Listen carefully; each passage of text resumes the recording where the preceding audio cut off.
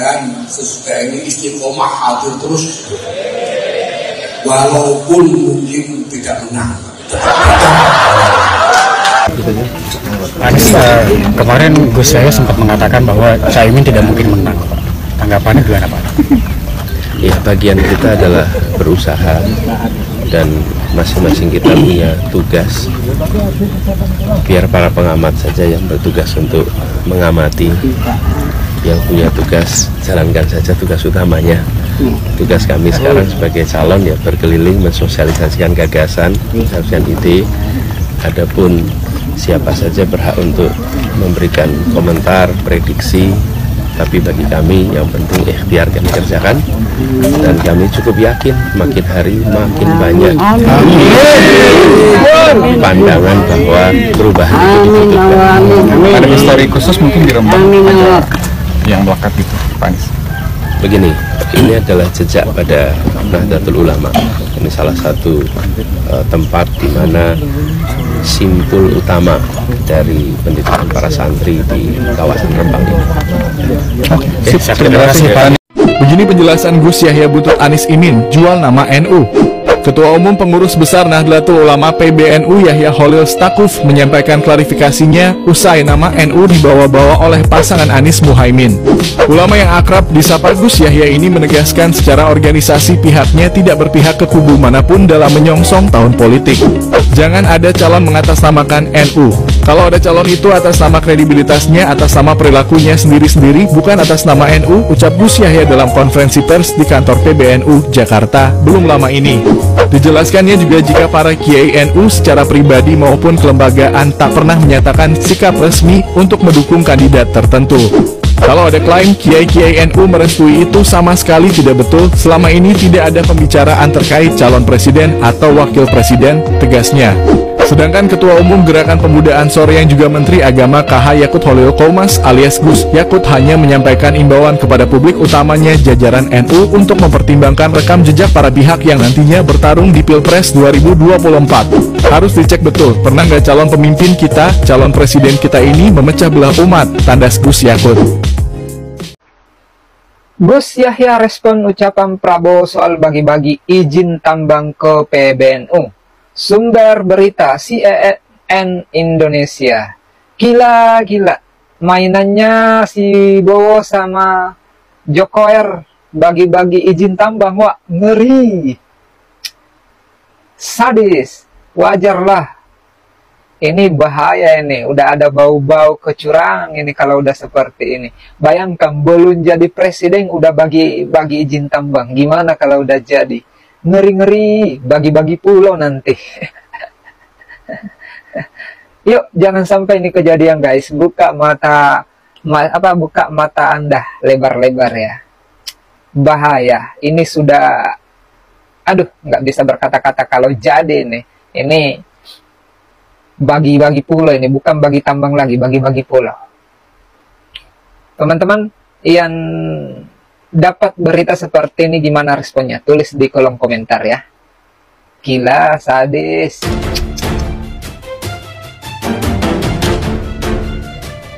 Ketua PBNU Yahya Khalil menyindir paslon Amin tak akan menang di Pilpres nanti.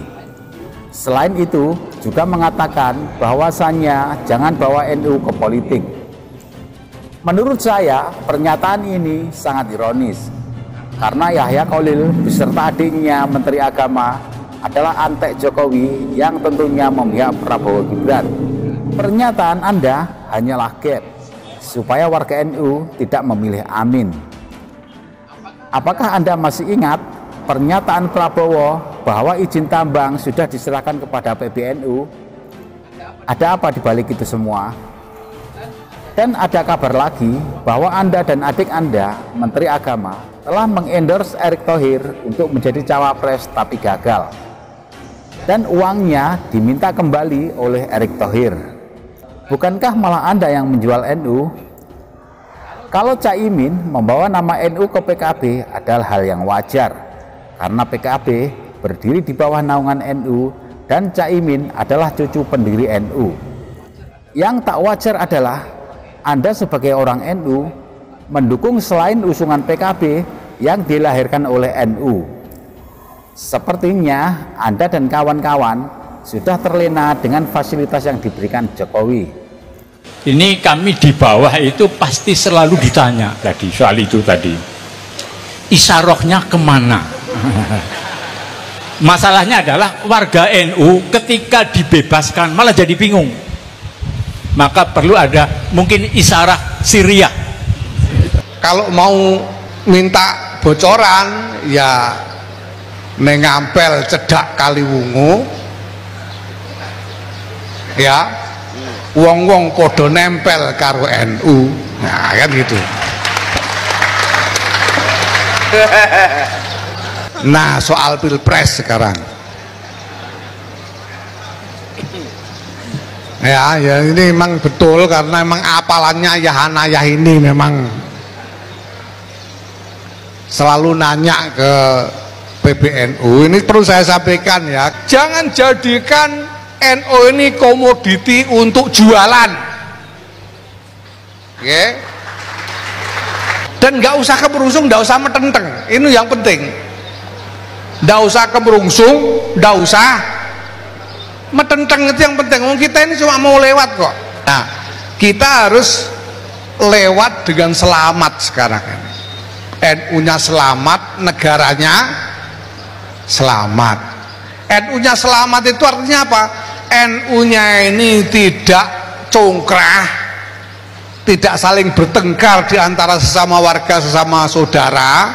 Nah, walaupun ada kemungkinan pilihannya beda-beda, ya, jangan sampai bertengkar ya, dengan saudara, itu jangan sampai. Ya, itu yang pertama. Ya, yang kedua, jangan sampai NU ini dijual-jual seenaknya, itu loh.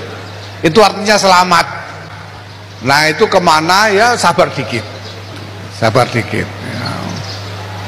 Ya, katanya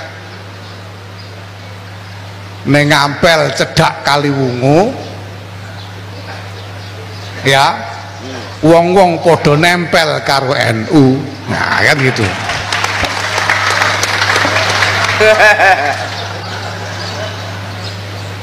Panen kates tumpak no jaran, nek ono tumpak no jaran, itu aja sudah. Kira-kira begitulah kira-kira.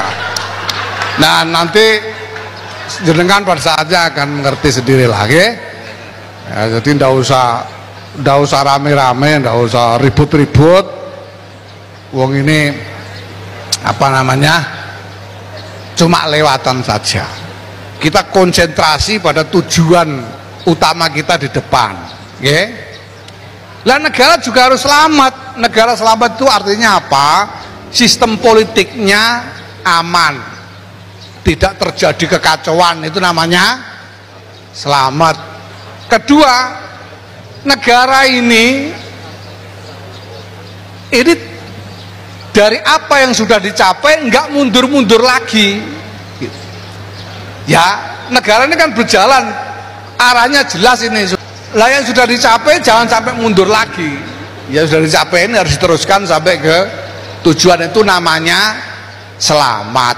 Ya, jadi kalau kemarin-kemarin saya bilang kepentingan NU terhadap politik Indonesia, satu-satunya kepentingan NU terhadap politik Indonesia adalah keselamatan bangsa dan negara.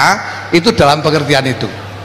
Sistem politiknya selamat, aman, tidak bubar, tidak kocar-kacir, ya, dan perjalanan agenda-agenda negara tidak terputus, apalagi mundur ke belakang. Tapi yang sudah dicapai bisa diteruskan. Itu apa yang hendak kita perjuangkan, kita upayakan di dalam berbangsa dan bernegara ini, termasuk dalam kaitannya dengan pemilu dan pilpres. Okay.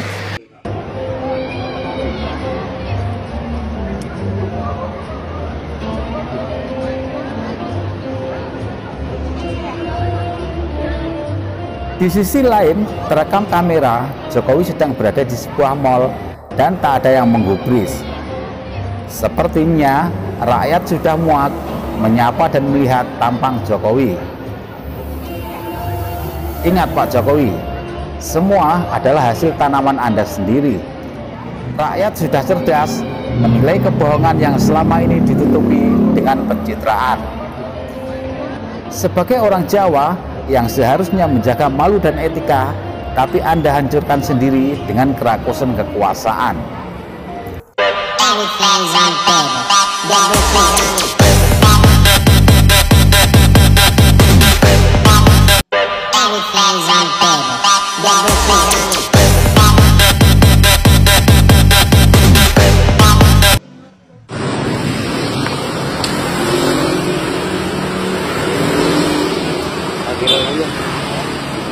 Kena.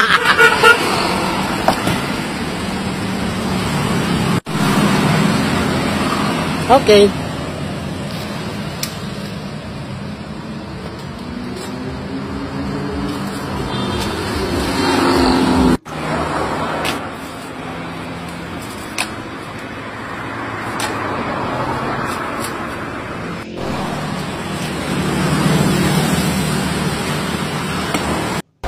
Jadi kami menangkap pesan dari risalah sarang ini sebagai amanat, sekaligus insya Allah ini adalah tambahan kekuatan baru untuk perjuangan perubahan bagi Indonesia. Di luar sana ada jutaan yang mengharapkan terjadi perubahan, dan para kiai yang kami hormati, kata perubahan ketika dibahas beberapa bulan yang lalu, bahkan sejak setahun yang lalu, banyak yang merespon begini, Pak, kalau masyarakat yang selama ini dapatnya kurang, terpinggirkan, dengar kata perubahan itu menyongsong positif. Alhamdulillah, insya Allah kami tidak terkalahkan lagi, kami tidak terpinggirkan lagi, kami tidak dianggap marginal. Itu bagi yang terkalahkan. Tapi bagi yang sedang hidup dan sudah mapan, sudah merasakan kenyamanan, dengar kata perubahan itu, kami nggak berminat, Pak. Kami inginnya meneruskan kenyamanan ini, kami nggak ingin perubahan. Di pondok ingin perubahan, wong fasilitasnya kalah sama yang di luar pondok. Yang swasta ingin perubahan, wong kalah sama yang negeri. Tapi yang sudah berada dalam titik nyaman, banyak yang mengatakan kami tidak butuh perubahan. Apalagi di Jakarta yang sudah hidup kelas menengah ke atas, di kota-kota, mereka bilang kami tidak butuh perubahan. Tetapi Allah tunjukkan kepada kita, beberapa waktu ini kehidupan bernegara kita merasakan suasana yang berbeda. Dulu kita merasa yakin bahwa kita hidup di negara hukum. Ini ada catatannya di sini. Di butir nomor 6, menegakkan hukum dan perundangan supaya meneguhkan negara Indonesia sebagai negara hukum, bukan negara kekuasaan.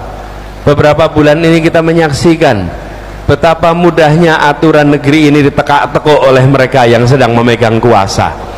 Betapa mudahnya keputusan-keputusan itu dibuat sesuai dengan kepentingan yang sedang berkuasa. Mendadak beberapa bulan ini terjadi pergeseran.